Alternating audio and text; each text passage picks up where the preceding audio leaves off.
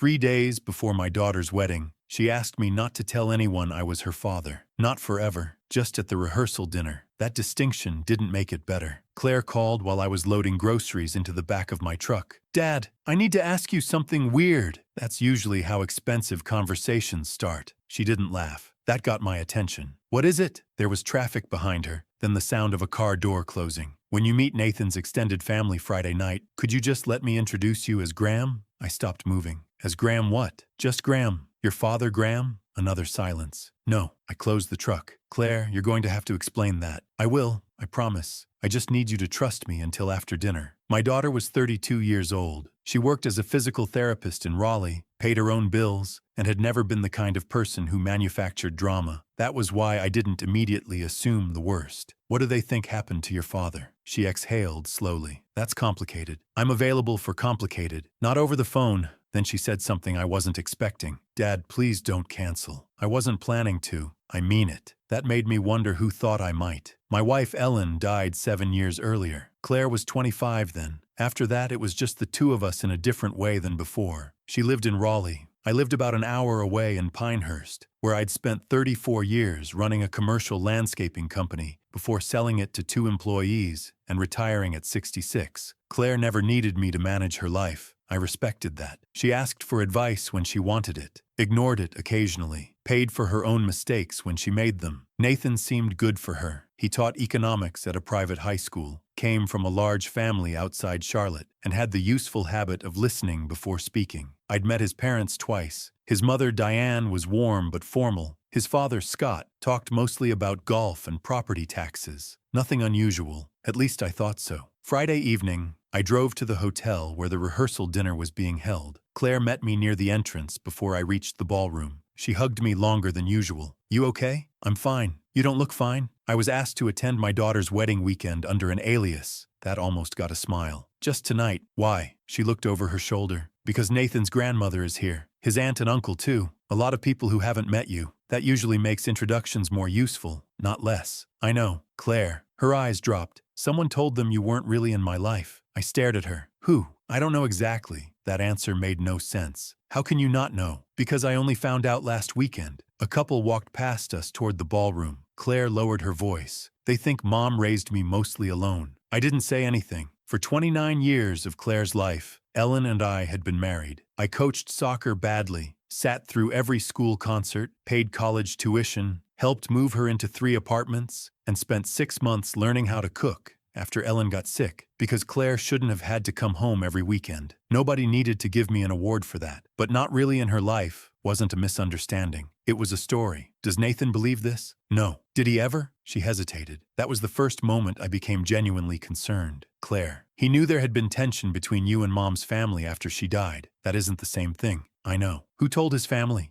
"I think it came through Aunt Rebecca, Ellen's younger sister." I hadn't spoken to Rebecca in almost 2 years. Not because of some dramatic feud, because every conversation with her eventually became an argument about how Ellen would have wanted me to live after she was gone. Sell the house, move closer to Claire, date again, don't date too soon, attend every family holiday, stop working so much. Somehow Rebecca always knew what my dead wife would have wanted. Why would Rebecca even be talking to Nathan's family? Claire looked uncomfortable. "She knows Diane." That was new. "Since when?" "Apparently longer than I realized." Before I could ask more, the ballroom doors opened. Nathan walked toward us. He saw my face and slowed down. "Claire told you." "Part of it." He glanced at her, then at me. "Mr. Mercer, there's something you should know before we go inside." "Graham," Claire corrected quietly. Nathan looked miserable. I almost felt sorry for him. Almost. "What should I know?" He lowered his voice. "My grandmother thinks Rebecca is the person who raised Claire after her mother died." I looked at my daughter. Claire's eyes were wet now, but she wasn't crying. "That was 7 years ago," I said. "Claire was 25. Nathan nodded. "I know." "Then why would anyone believe she needed raising?" He swallowed. "Because that's not the version they've been told." From inside the ballroom, somebody called Nathan's name. He didn't turn around. I asked the only question that mattered. "What version have they been told?" Claire started to answer. Then an older woman appeared in the doorway behind Nathan. Silver hair,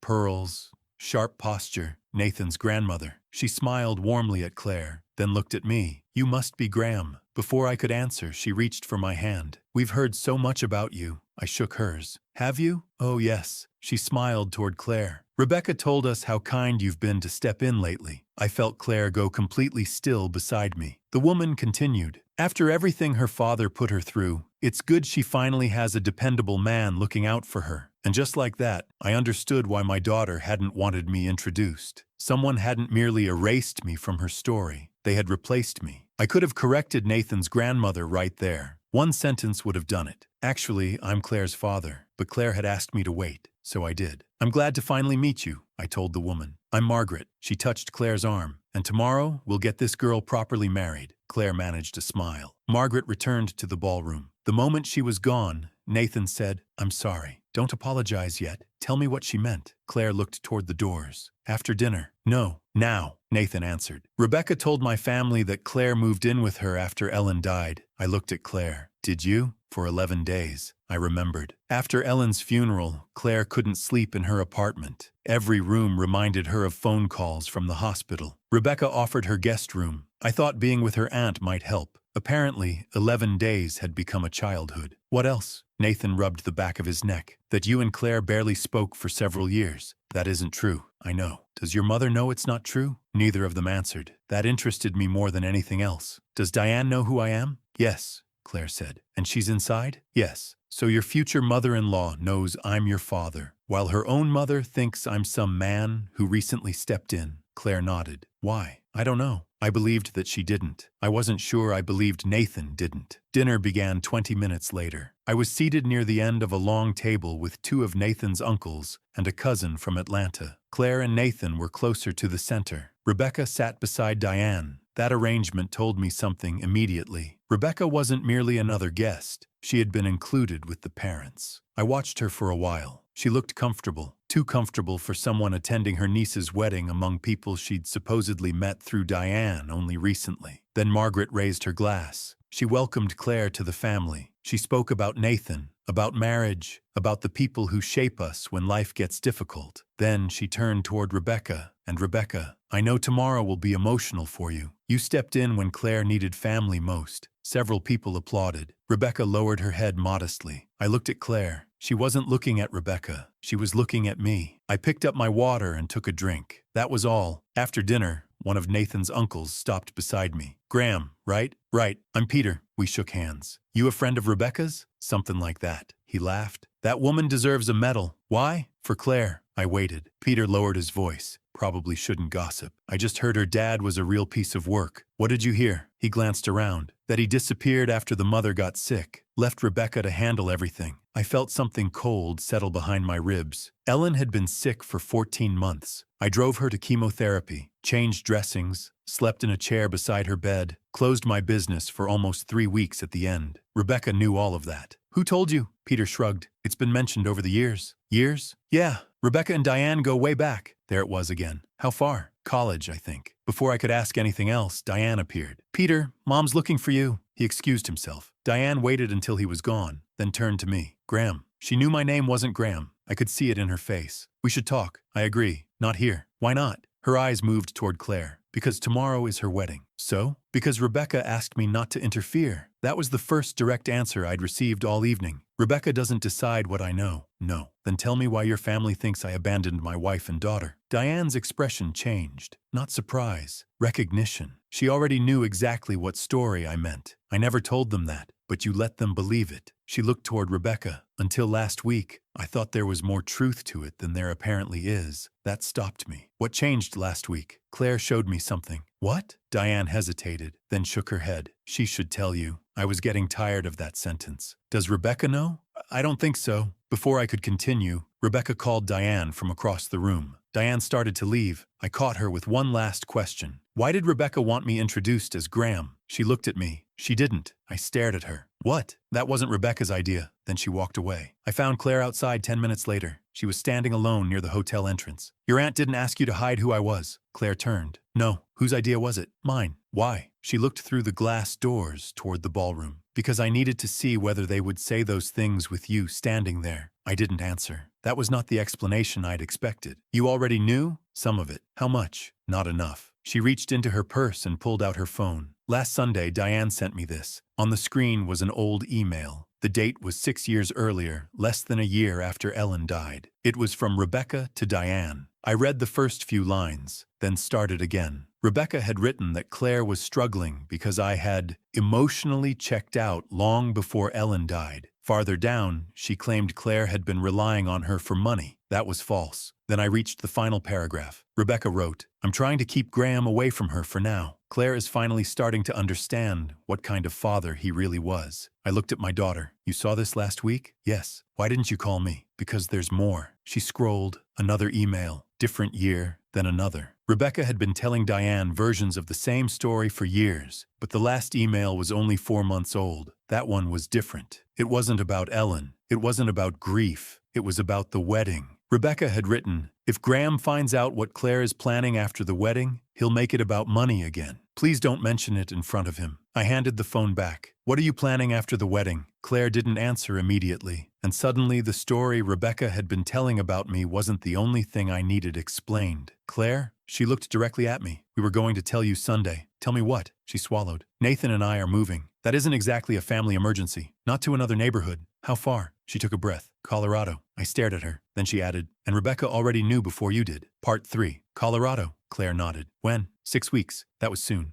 I looked through the hotel doors. Rebecca was laughing with 2 members of Nathan's family. "And your aunt knew 4 months ago?" "Yes." "Why?" "Nathan got the job offer in April. I told her before we'd made a final decision, and you didn't tell me." "I wanted to. Then every time I brought it up, Rebecca said you'd take it personally." I looked at her. "Did you believe her?" "Not at first." That answer mattered. "What happened?" Claire folded her arms against the evening chill. "She kept bringing up Mom." "Of course she did." "She said after losing Mom, you'd built your whole life around staying close to me. That moving across the country would feel like I was abandoning you too." I let that sit for a moment. "Did I ever tell you that?" "No." "Did I ever ask you to stay in North Carolina?" "No." "Then why are we discussing what Rebecca thinks I'll feel instead of what I actually said?" Claire looked down. "I know." "No, I don't think you did." I wasn't angry that she was moving. I was bothered that somebody had apparently been preparing my reaction before I was allowed to have one. "Is that why you waited?" "Partly." "What's the other part?" Claire glanced back inside. "Nathan's family offered to help us buy a house in Colorado." There it was. Money. Not mine. Theirs. How much help? A substantial down payment. "And Rebecca has an opinion about that too?" Claire gave me a tired look. "She has an opinion about everything." That, at least, sounded familiar. The wedding was the next afternoon. I didn't confront Rebecca. Not yet. Claire had spent months planning that day, and I wasn't going to turn it into a courtroom because I had finally discovered something that had been happening for years. But I stopped pretending to be Graham. Before the ceremony, Nathan found me near the lobby. "I owe you an apology." "For what?" "I should have told you what my family believed when I first realized it." "When was that?" "Christmas. 6 months earlier." That was longer than I expected. "What did you hear?" "My aunt said something about Rebecca practically raising Claire." I corrected her. "Then Mom pulled me aside and said it was complicated." "And you left it there?" "For a while." "Why?" Nathan looked embarrassed. "Because Claire told me not to start something before she understood where it came from." That sounded like my daughter. Careful,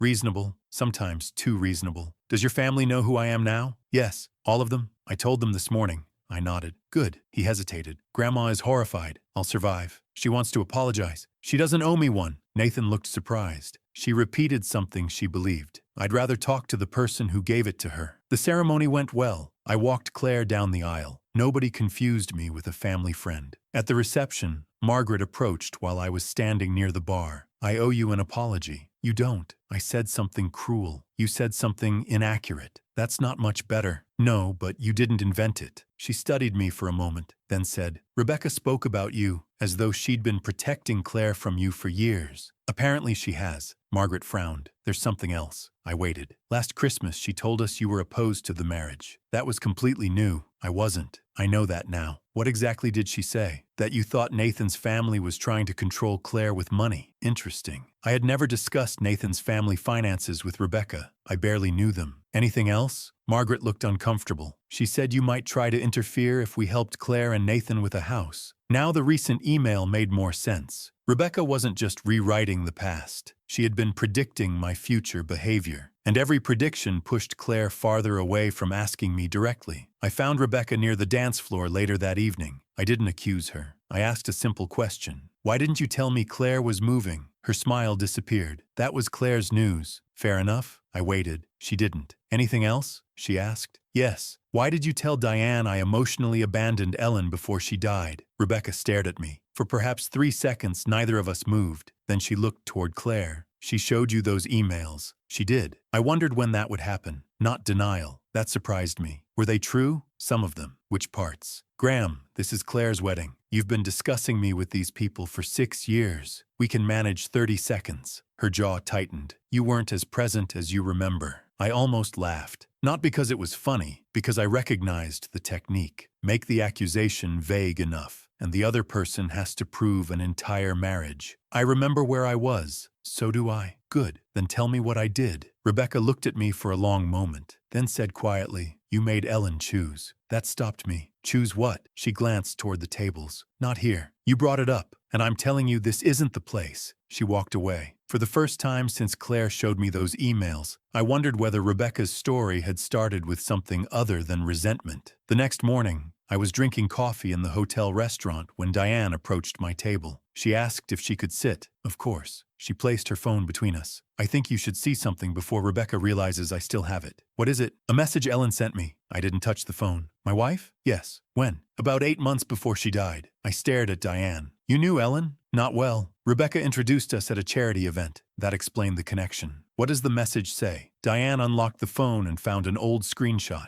I saved it because Rebecca later asked me to delete our conversation. That was the first thing all weekend that genuinely unsettled me. She turned the screen toward me. The message was from Ellen. I recognized the way she wrote immediately. It wasn't long. Diane, please don't mention this to Graham yet. Rebecca is trying to help, but she's making this bigger than it is. I haven't made any decision. I read it again. What decision? Diane looked at me. I assumed you knew. I don't. She hesitated, then said, Rebecca told me Ellen was planning to leave you. For several seconds, I simply sat there. Not because I believed it, because Ellen had died 8 months after sending that message. And in all the years since, nobody had ever said a word about her planning to leave. Then Diane added the part that changed the question completely.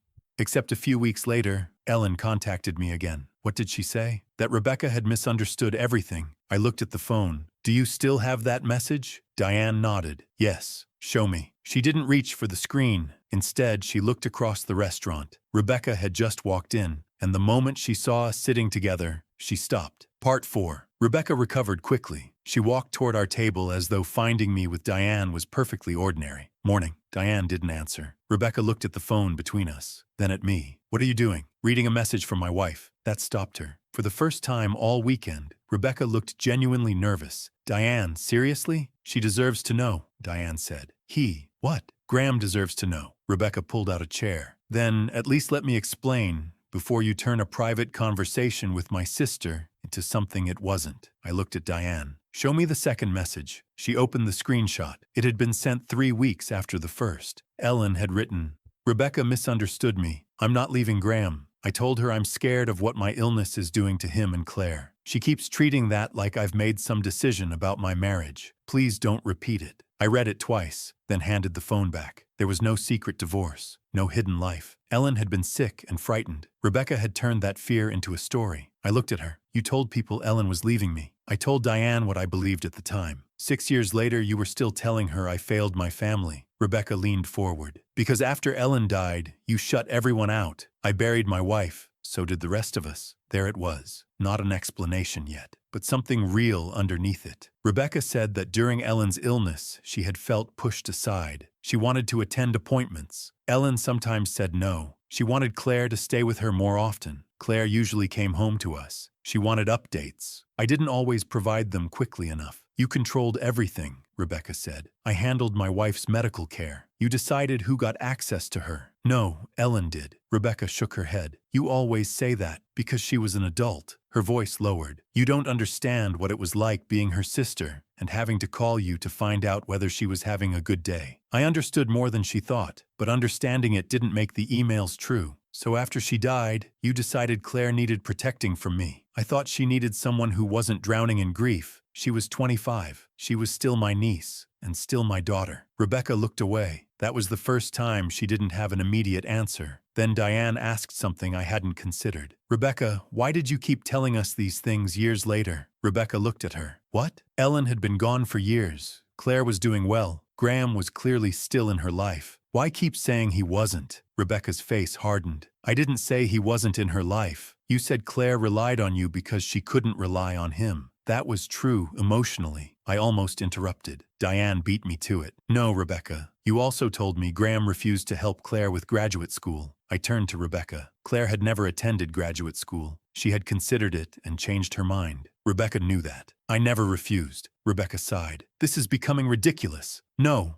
I said. It's becoming specific. She stood. I'm not doing this in a hotel restaurant. Fine. I stood too. Then we're done. That surprised her. With what? With arguing about my memory. I know what I did. Claire knows what I did. You can keep whatever version helps you. I picked up my room key. Rebecca watched me, then said, You think this is only about the past. I stopped. What does that mean? She immediately regretted saying it. I could see that. Nothing. Rebecca, but she walked away. Claire and Nathan were leaving for a short honeymoon that afternoon. I didn't tell Claire about Ellen's messages before they left. She'd waited months to get married. She could have 4 quiet days. Instead, I drove home. On Monday morning, I opened an old cabinet in my office. Not looking for evidence, looking for context. Ellen had kept calendars. Nothing sentimental about them. Dentist appointments, birthdays, medical visits, reminders to buy dog food. During her illness, they became especially detailed because we were constantly forgetting things. I spent an hour going through the final year. Rebecca had attended plenty of appointments, more than I remembered, but something else stood out. During the period when Rebecca claimed Ellen was considering leaving me, Ellen and I had been preparing to renovate the downstairs bedroom and bathroom. Not exactly what I'd expect from a woman secretly planning a separation. Then I found a note beside one appointment. Talk to R about Claire. No more pressure. I didn't know what that meant. I took a picture and sent it to Claire. No explanation. She called 10 minutes later from Colorado. Where did you find that? In Mom's calendar. Another silence. Claire, I think I know what it means. I sat down. Tell me. When Mom was sick, Aunt Rebecca kept asking me to move back home. That wasn't surprising. To help your mother? That was how it started. And then? Claire was quiet. Then she started saying I should move in with her after Mom died. I hadn't known that. Did you want to? No. Did your mother know? Yes. We argued about it once because Mom thought I was considering it. Were you? No. Rebecca told her I was. I looked again at the handwritten note. One false story had just connected to another. What happened? Mom told Rebecca to stop making plans for me. That sounded like Ellen. Why didn't you ever tell me? Because Mom got worse right after that. It seemed stupid compared to everything else. It wasn't stupid anymore. Did Rebecca stop? For a while. For a while? Claire hesitated. Dad, there's something else I didn't tell you yesterday. I waited. Rebecca didn't just know we were moving to Colorado. I know. She wanted us to move somewhere specific. Where? Near her. Rebecca lived outside Denver. I stood slowly. Claire continued. She sent me listings, introduced me to a clinic director. She even told Nathan she could help him find a school. When? Before we decided to move. That changed the shape of the whole thing. Rebecca hadn't simply spent years telling people I'd failed Claire. She had repeatedly tried to position herself as the person Claire should depend on instead. First after Ellen died. Now again, when Claire was about to move across the country. Where in Colorado are you actually moving? Fort Collins. About an hour from Rebecca. Not next door, but close enough. Did Rebecca have anything to do with Nathan getting the job? I don't think so. You don't think so? Claire went quiet. Then I heard Nathan speaking in the background. They exchanged a few words I couldn't make out. Claire came back. Dad, what? Nathan says Rebecca was the one who first sent him the job posting. I stared out my office window. That still didn't prove some elaborate plan. People send relatives job openings every day. But Rebecca had known about the position before Claire told me they were considering Colorado. She had encouraged the move, and for months, she'd been telling Nathan's family that I might interfere once money became involved. I finally understood why she had spent so much time predicting how I would react. If I behaved exactly as she described, she was right about me. If I didn't, everyone was pleasantly surprised. Either way, she remained the person explaining me to my own daughter. But one question still didn't fit. Why had Claire asked me to pretend I wasn't her father at the rehearsal dinner? Rebecca hadn't requested it. Diane hadn't requested it. Nathan hadn't requested it. Claire had. And now that the wedding was over, I wanted the part of her explanation she'd been avoiding. Claire, when you get back, you and I need to talk. I know. Not about Rebecca. She went silent. About you. This time the pause lasted longer. Then my daughter said quietly, I know that too. Claire came home Thursday evening. She asked to meet at my house without Nathan. That told me the conversation wasn't really about Rebecca. We sat on the back porch. For a while, Claire said nothing. Then,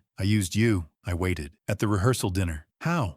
I knew some of Nathan's relatives believed Rebecca's version. I wanted to hear what they'd say if they didn't know who you were. I figured that out. But I also knew you'd probably agree. That part bothers me more. She nodded. It should. At least she wasn't defending it. Why didn't you just ask them? Because everybody changes their answer once they know they've offended someone. Fair point. Still the wrong solution. So you made me bait? Yes. And didn't tell me? Yes. Claire looked miserable, but I wasn't interested in making the conversation easier for her. What were you trying to find out? She took a moment. Whether I could trust Nathan's family after we moved. That surprised me. Why wouldn't you? Because Rebecca was already involved in everything. The job posting, the house search, Diane, the stories about me. Claire had started wondering whether moving to Colorado was really a decision she and Nathan had made independently. So you tested them. I tested the story. And me. Yes, I nodded. Don't do that again. I won't. No speech, no dramatic reconciliation, just a boundary. Then I asked, are you still moving? I don't know. That was new. Nathan arrived an hour later. He brought his laptop. I found something. He opened his email and searched Rebecca's name. There were dozens of messages. Most were harmless. Restaurants, school recommendations, housing links. But the dates mattered. Rebecca had started sending him Colorado job openings almost 9 months earlier. Months before Nathan had told Claire he was considering leaving his current school. One email stood out. This one would be perfect. Claire has always wanted to be closer to family. Claire read it twice. I never said that. Nathan nodded. I know. Another email came several weeks later. Don't mention Graham yet. He tends to make Claire second-guess big decisions. I looked at my daughter. Do I? No. Nathan closed the laptop halfway. I believed that part. Claire turned to him. What? Not that your dad controlled you, but I thought conversations with him made you anxious. Why? Because every time we discussed telling him about Colorado, you got anxious. Claire stared at him, then laughed once. There was no humor in it. I was anxious because Rebecca kept telling me he'd be devastated. Nobody spoke. There it was, a closed loop. Rebecca told Claire I would react badly. Claire became nervous about telling me. Nathan saw Claire's nervousness and assumed Rebecca understood our relationship. That made him more willing to listen to Rebecca. And every person involved became evidence for the next. No conspiracy was necessary, just repetition. I asked Nathan one question. Did Rebecca help you get the job? No, I applied myself. Interviewed normally. I don't think she knows anyone at the school. That mattered. I didn't want to turn Rebecca into something she wasn't. She hadn't manufactured Nathan's career. She had simply kept nudging their lives in a direction she preferred. Then don't throw away a good opportunity because of her, I said. Claire looked at me. You mean that? Why wouldn't I? Her eyes filled. She looked away quickly. That reaction irritated me more than if she'd argued. Not at her. At how thoroughly someone had prepared her to expect something from me that wasn't there. You should move if you want to move. What about you? What about me? You'll be here. I've been here a long time. She smiled faintly. I'll miss you. Good. I'd be concerned otherwise. That finally made her laugh. The next morning, Rebecca called me. I assume Claire told you everything. Enough. So now I'm the villain. I didn't say that. You don't have to. I could hear how angry she was. Not theatrical anger. The exhausted kind people carry when they've repeated their version of something for so long that disagreement feels like an attack. Why did you want Claire near you so badly? She has almost no family left. She has me. Rebecca was silent. Then,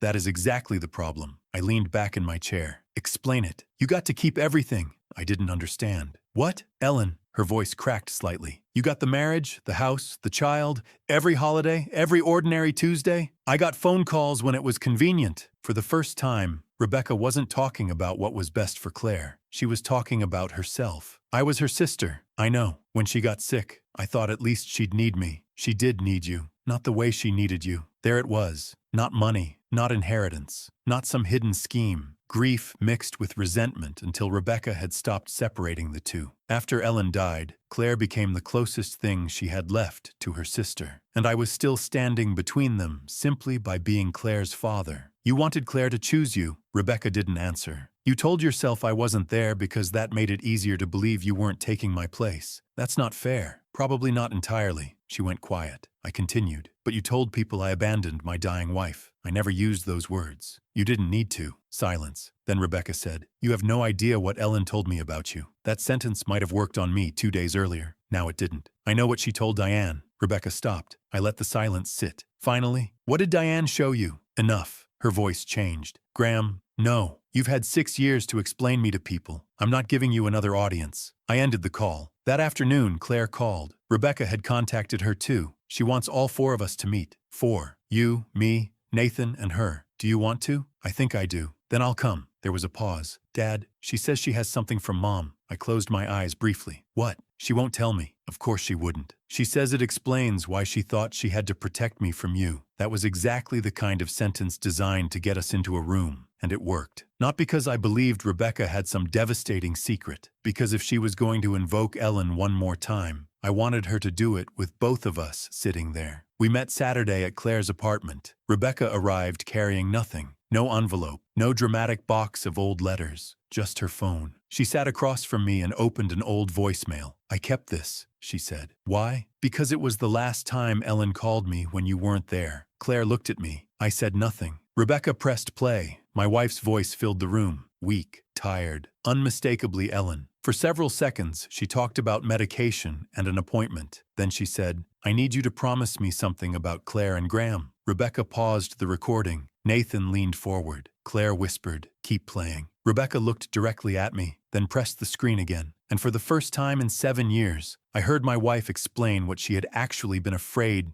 would happen to our family after she died. Ellen's voice continued, after I'm gone, don't let Claire feel responsible for Graham. Rebecca glanced at me. The recording kept playing. He'll tell her he's fine even when he isn't. She'll worry anyway. I know her. She'll start changing her plans because she thinks he needs her. Claire covered her mouth. Then Ellen said, but don't make Graham the problem either. He won't ask her to stay. That's what worries me. Neither of them will say what they actually need. Rebecca stopped the recording. Nobody spoke. I finally asked, is there more? Yes. Play it. She did. Ellen sounded weaker in the final section. Just help them talk to each other. That's all I'm asking. Don't decide for them. The recording ended. Rebecca stared at her phone. That last sentence had landed harder than anything I could have said. Don't decide for them. For years, that was exactly what she had done. Claire spoke first. Mom didn't ask you to protect me from Dad. Rebecca's eyes filled. I thought that's what she meant. No, Claire said. She literally said not to make him the problem. I know what she said. Then why did you tell people he abandoned us? Rebecca looked at me. I didn't start out saying that. I believed her. That was what made the whole thing more believable. Stories like this rarely begin as complete lies. They grow. Rebecca told Diane I was withdrawn. Later, that became unavailable. Unavailable became absent. Then Claire relying on her aunt for 11 days became Rebecca stepping in to raise her. Every version made Rebecca more necessary, and me less so. Why didn't you ever let Claire hear that voicemail? I asked. Rebecca looked down. I almost did.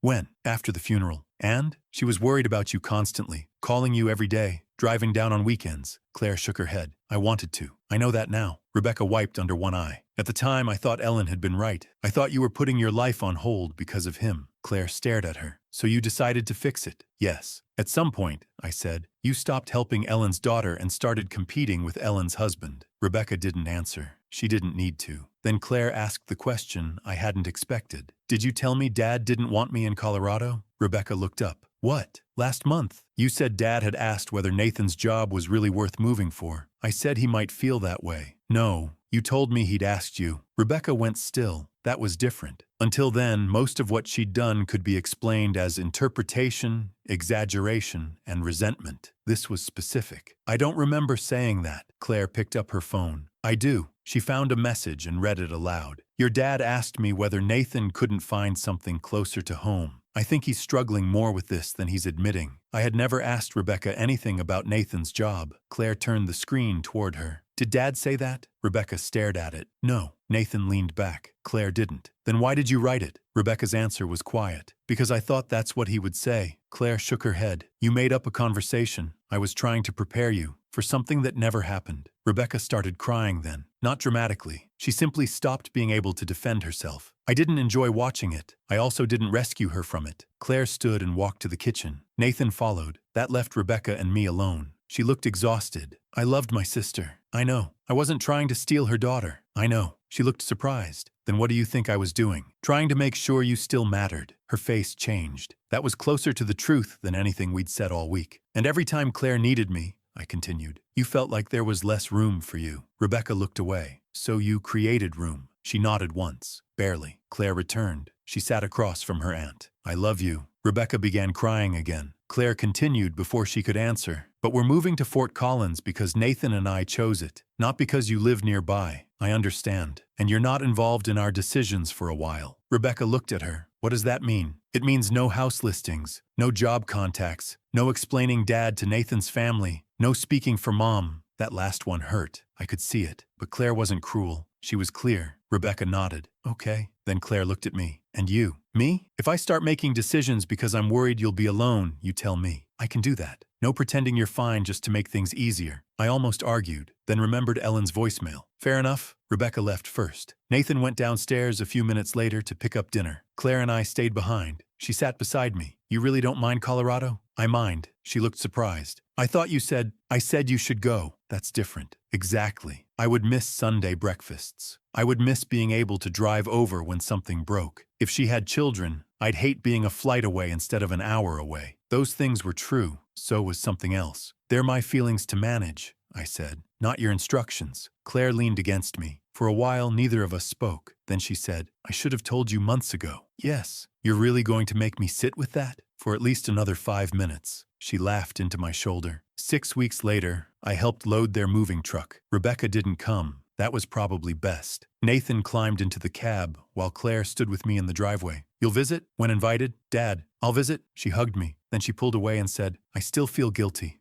About moving? A little. Good. She stared at me. I smiled. It means you'll call. She laughed. Then they left. I watched the truck disappear around the corner. The house was very quiet afterward. Ellen had been right about that too. I wasn't fine. Not completely. But for the first time in years, nobody needed to invent a story about what that meant. And I still had one decision to make. Not about Claire. About Rebecca. Because setting a boundary was easy. Deciding what kind of relationship could exist after someone had spent 6 years rewriting your place in your own family was harder. I didn't speak to Rebecca for almost 3 months. Not because I wanted to punish her. I simply had nothing useful to say. Claire and Nathan settled into Fort Collins. Nathan started at the new school, and Claire found a position at a rehabilitation clinic 20 minutes from their house. They called often. Sometimes Claire complained about work. Sometimes Nathan asked me how to fix something he could have found on YouTube in 30 seconds. It felt normal. That mattered. Then one Sunday, Rebecca called. I almost let it go to voicemail. I answered, Hi, Graham. Rebecca, I won't keep you. She sounded different, less certain. I've been seeing someone. I waited. A therapist, she clarified. Okay. She asked me something last week that I couldn't answer. What? Rebecca was quiet for a moment. She asked why I needed Claire to believe she had lost both parents when Ellen died. That was a difficult sentence. I didn't make it easier for her. What did you tell her? That I don't think I knew I was doing it. I believed that too. Rebecca hadn't spent 6 years executing some careful plan. She had repeated a version of our family that gave her a role she was afraid to lose. Eventually, she started protecting that version, even from facts. I owe you an apology, she said. You already apologized. No, I explained myself. That's different. Fair enough. She apologized for the emails, for telling Diane things she couldn't know, for using Ellen's fears as evidence against me, and for making Claire question conversations that Claire and I hadn't even had. I listened. When she finished, I said, I accept your apology. She exhaled. Does that mean we can go back to normal? No. Another silence. Okay. That answer told me more than another apology would have. At Christmas, Claire invited both of us to Colorado. She warned me beforehand. I don't want to spend 4 days managing you and Aunt Rebecca. Then don't. I'm serious. So am I. Rebecca arrived the day after me. The first few hours were awkward. Then ordinary things took over. Nathan burned part of dinner. Claire couldn't find the extra blankets. A pipe under the kitchen sink started leaking on Christmas morning, which gave Nathan and me something useful to do. Rebecca mostly kept her distance. She didn't explain Claire to me. She didn't explain me to Claire. That was progress. On Christmas night, the 4 of us were sitting in the living room when Claire brought out her wedding album. Eventually, we reached the rehearsal dinner. There was a photograph of me standing near the ballroom entrance. Rebecca looked at it. Was that when everyone thought you were Graham the family friend? Nathan laughed. For about an hour. Rebecca didn't. She looked at Claire. You did that because of me. Partly. I'm sorry. Claire closed the album. I know. Then she said something I hadn't expected. But I'm not sorry I found out. Rebecca looked at her. Neither am I, Claire continued. If we hadn't dealt with it then,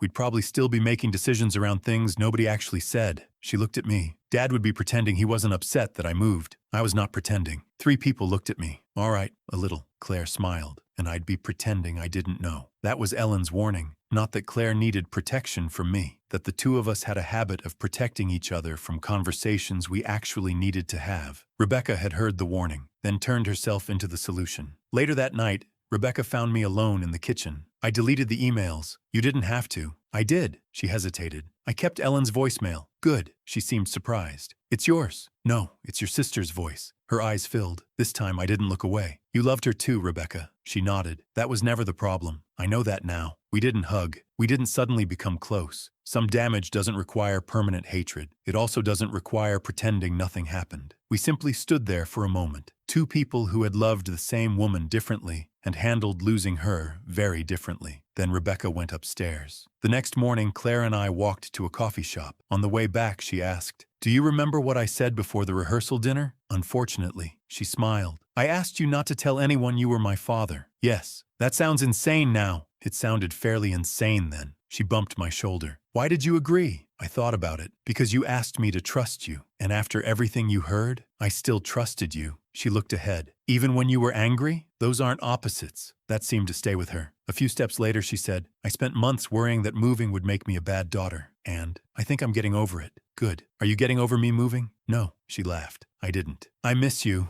I don't like being this far away. If you have kids, I'll probably complain about the flights." She looked at me. "But?" "No but. That was the point. I could dislike her decision and still respect it. I could miss her without making her responsible for fixing that. And she could love me without organizing her life around keeping me comfortable. We should have been saying those things to each other years earlier. When we reached the house, Nathan was outside trying to assemble a storage bench. He had installed one panel backward. I looked at it. He looked at me. "Don't. I haven't said anything." "Your face did." Claire laughed and went inside. I took off my jacket and helped him turn the panel around. It was an ordinary morning. No secrets. No one speaking for anyone else. No one deciding what another person would feel before asking. That was all I wanted. For years, Rebecca had told people I wasn't really there for my daughter. The strange part was that proving her wrong never required me to defend myself. I didn't need old photographs. I didn't need receipts from Claire's childhood. I didn't need to list every hospital visit, tuition payment, or Sunday breakfast. I just had to keep doing what I'd always done. Show up, listen, tell the truth when it was uncomfortable, and let my daughter make decisions that belonged to her. 3 days before her wedding, Claire asked me to walk into a room full of strangers and pretend I wasn't her father. I agreed because I thought she was trying to avoid a scene. I was wrong. She was trying to find out who had rewritten our family. By the time we found the answer, we discovered something more useful. Nobody gets to define a relationship from the outside. Not an aunt, not another family, not even a dead wife's fears. The people inside it have to speak for themselves, and now we do.